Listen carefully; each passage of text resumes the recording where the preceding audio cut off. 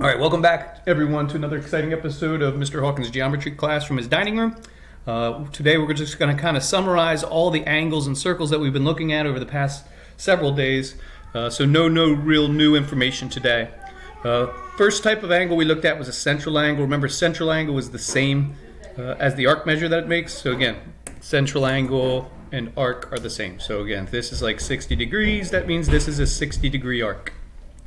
Then the next thing we looked at were inscribed angles. Again, that's a vertex on the circle that looks something like that. So again, if this is an 80-degree arc, the inscribed angle theorem said that the inscribed angle would be half of that, or 40 degrees. So central angle is the same, inscribed angle is half. Then we looked at intersecting lines and circles, and we said what we do depends on where the intersection is. So if we have the intersection on the inside of the circle, like this, we said we can find this angle here by simply adding these two arcs together. So let's say this is 100 and this is 20. You can find that angle simply by taking half of their sum.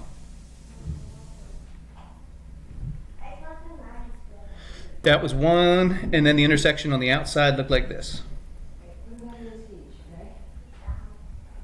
So now the intersection's on the outside here. So you still have two arcs created. You have this large arc right here at about 80 degrees, this small arc here at about 20 degrees. So again, if you wanted to find that angle, now it's half of the difference. And that's what we looked at last class. So today what we're going to do is we're basically going to put all this together into problems. So I have a whole bunch of problems that we're going to use all this information kind of all at the same time. So these are the notes that you have in your folder today. Again, all they are problems. There's no real notes involved. So here, again, I'm looking for this angle right here. I noticed that it's an inscribed angle, so all I have to do is take half of this arc. Well, I got to do a little work to find that arc. I got to use the 90 and the 96 and then subtract that out of the whole circle, which is 360. So 90 plus 96 is 186, and then do that minus 360. So this remaining arc is 174. So this angle would be half of that, so I just divide that by 2, and that's 87 degrees. Over here, I notice I have an inscribed angle at 40 degrees. That means the arc it makes has to be twice that, or 80 degrees. So now I have 280 degrees of a 360 degree circle, so I can find this missing arc over here. That would be 360 minus 280, and that is 80 degrees. Now that is an inscribed angle that makes an 80-degree arc, so this would be half of that. So that means this x would equal 40 degrees, or half of 80. Over here, I notice I have a 140-degree arc here. An inscribed angle at 80 degrees, so the arc would be twice that, or 160 degrees. So now I have 140 and 160 of the whole 360, so I can subtract that out of 360. So what's that? 300. So yeah, 160 plus 140 is 300, so this would be 60 degrees. Then down here at number 4, I have some right angles. I notice I have a tangent line here as well. That means that this must be a radius. Let's see, this is a 160-degree arc here. Oh, this is a central angle that makes 90 degrees, so that means this is a 90-degree arc right here. So now, I can find this remaining arc. So 90 plus 160 is what, 250? So then I got to do 360 minus 250. So that remaining arc is 110. Again, this is the hard kind. The intersection is on the circle, so this is going to behave just like an inscribed angle right here. So it's going to be half of the arc it makes. Well, I just found the arc it makes at 110 degrees, so that means x is going to be half of that, which is 55. These are hard. Kids have a hard time with seeing that intersection on the circle. Over here I have an inscribed quadrilateral. Again, you got to remember that their arcs are going to make 360, so they're going to be supplementary to each other, the opposite angles. So all I got to do is just do 180 minus 100, so that means y is equal to 80 degrees. And again, I just did 180 minus 100. Here I'm going to do 180 minus 86. I think that's 94. Just make sure. Yeah, so that means x is equal to 94 degrees. Opposite angles of inscribed quadrilaterals are supplementary. Over here, I have, congruent chords are always going to make congruent arcs. So since these chords are congruent, that means these arcs have to be all the same. Well, all of them also have to add up to 360, so there's 3 of them. And that should add up to 360. So all I got to do is divide 360 by 3. And that's 120. Oh, down here, I noticed that the lines are intersecting on the inside of the circle. So again, it's going to be half of the sum of the arcs. So x is going to equal 1/2 of 116 plus 70. So 116 plus 70 is 186. Divide that by 2, so that's 93. Again, I have intersection on the inside of the circle. So the angle, this angle though, not x, I'm going to have to do a little work after I find this angle to find what x is, but I can find this angle right here. It's going to equal 1/2 of 28 plus 20. So that's what, 48. Half of that is what, 24. So if that's a 24-degree angle, that makes a linear pair with whatever x is. So I got to do 180 minus 24. So 180 minus 24 is 156. So that's 156 degrees. Over here, I have a missing arc. Geez, I can figure out what this angle is right here because it makes a linear pair with that 139. So we're going to do 180 minus the 139. And that's a 41-degree angle. All right, so now that I know what the angle is, I can find the missing arc. So that angle should be 41. It's going to be half of the sum of the two arcs, which are x and 40. So then to solve this, I'd multiply both sides by 1/2.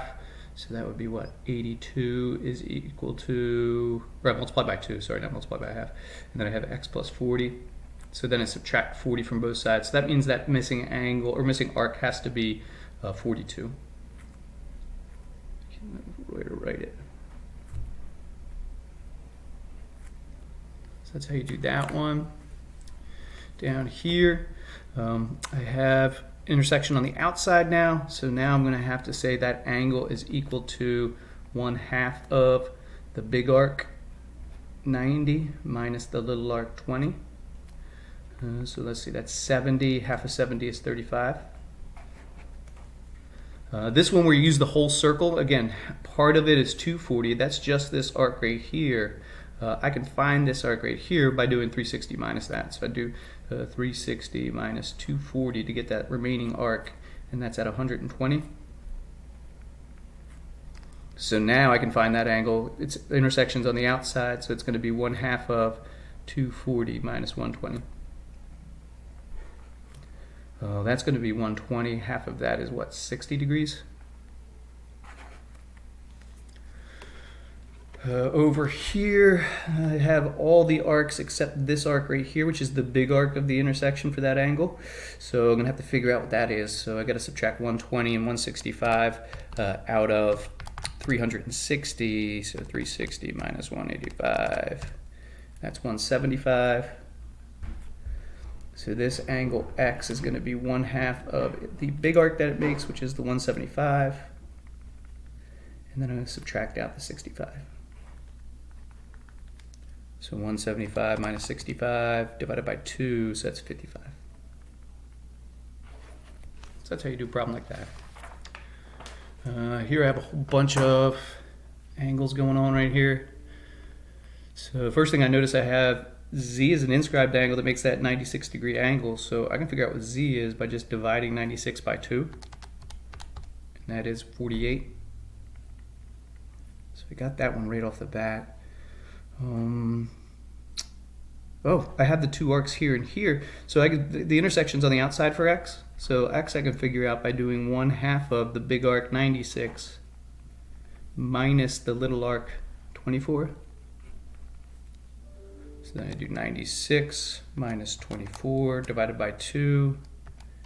That is 36. So x is 36. Then I can figure out what y is. Now the intersection's on the inside. So now what I could do to figure out that one, as I'm running out of space here, I guess we'll put it right here. So y is going to equal 1/2 of, now the intersection's on the inside, so I have to add the arcs. So 96 plus 24. So I do 96 plus 24 divided by 2, that's what, 60 degrees? So that means y is equal to 60. Over here, I notice I have two tangents from the same exterior point, so that means they're congruent to each other. So that means this is an isosceles triangle. So that basically means that x and y are going to be the same value. I have this portion of the circle at 232. The rest of the circle is this arc right here, which I can then subtract that out of 360. So let's do 360 minus 232. That's 128. So now, well, x and y are both intersections on the circle, so they're going to be half the arc that it makes. So that is going to be half of 128. So that means x and y are both going to be half of 128, which is what, 64. So x is equal to 64, y is equal to 60. And it makes sense because they're base angles of an isosceles triangle, so they should be the same. Next is what I could do this z by using the fact that the intersections on the outside. So again, z is going to equal 1/2 of the big arc, 232, minus the little arc, which is 128. So 232 minus 128 divided by 2 leaves me with 52 degrees. So z is equal to 52 degrees. Over here on 9, let's see, I observe there is an inscribed angle at 46 degrees. So the arc it makes will be twice that, which I think is 92, and it is. So this is a 92 degree arc right here. Now I have all the arcs except this one from the circle. So I'm going to subtract these two out of 360. So that's going to give me 88 degrees. So that's an 88 degree arc. So let's see. X I can get because I have an intersection on the outside.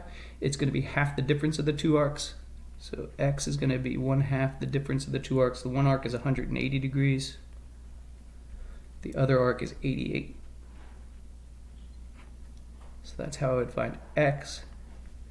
And let's do 180 minus 88 divided by 2. That is 46 degrees.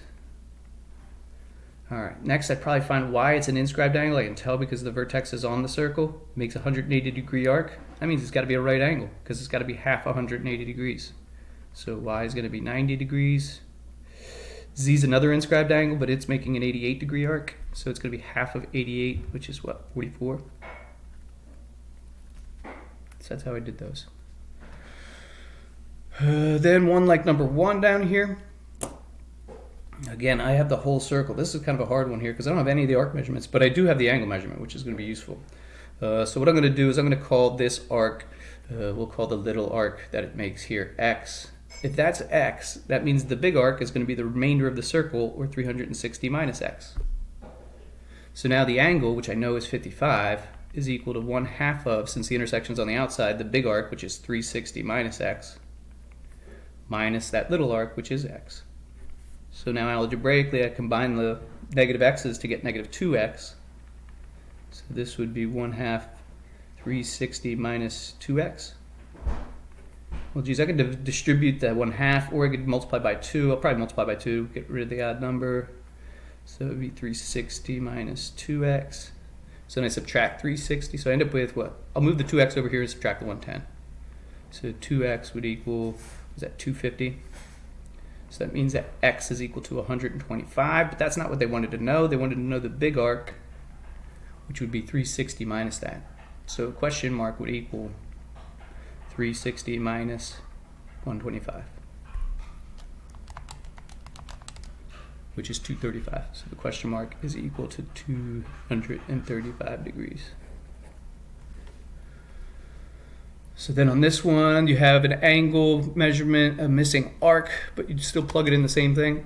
All right, so I'm running out of time. So I want you to finish these up for homework. And then what, there's this page as well. I'll post the answers so you can check your answers. Then your homework is to finish this up. And this, you're finding a whole bunch of angles. Again, you have some arc measurements here. So for instance, 14 is going to be half of 150 because it's inscribed. So see what you can do on this. I'll also post the answers to this. That'll be your homework. I'll talk to you later.